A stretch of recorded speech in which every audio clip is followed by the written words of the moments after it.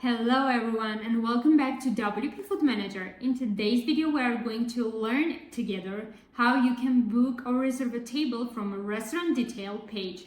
So guys, if you are interested, let's get started.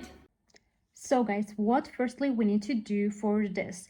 First of all, we need to go to our website, and as you can see, I'm already in there. Then after going there, we need to go to our restaurant section. And from this restaurant, I'm going to choose one, for example, this MasterChef one, and I'm going to reserve a table for it. So at the bottom, we have the table reservation form. I'm going to fill out this form. So guys, we need to fill out the details that they need. First is reservation start date. I'm going to choose today. So then we have reservation start time. I'm going to choose a start time, for example, this one. Then reservation date, it will be 31st. Then we have reservation end time. Let's choose 11 p.m. Total guest number, I'm going with 5. Customer name, okay, let's go with John.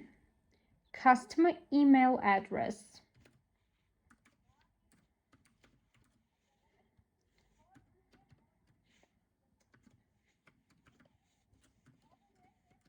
Okay, customer contact number and message.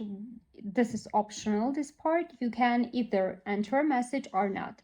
So guys, after completing all the fields, I'm going to click on submit.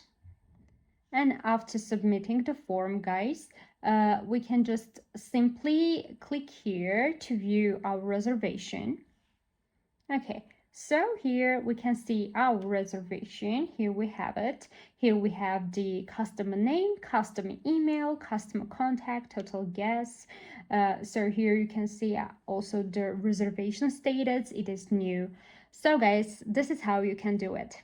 So guys, this was it for this tutorial. I hope you enjoyed the video. If you have any questions concerning to the video, please let us know about them in the comments down below.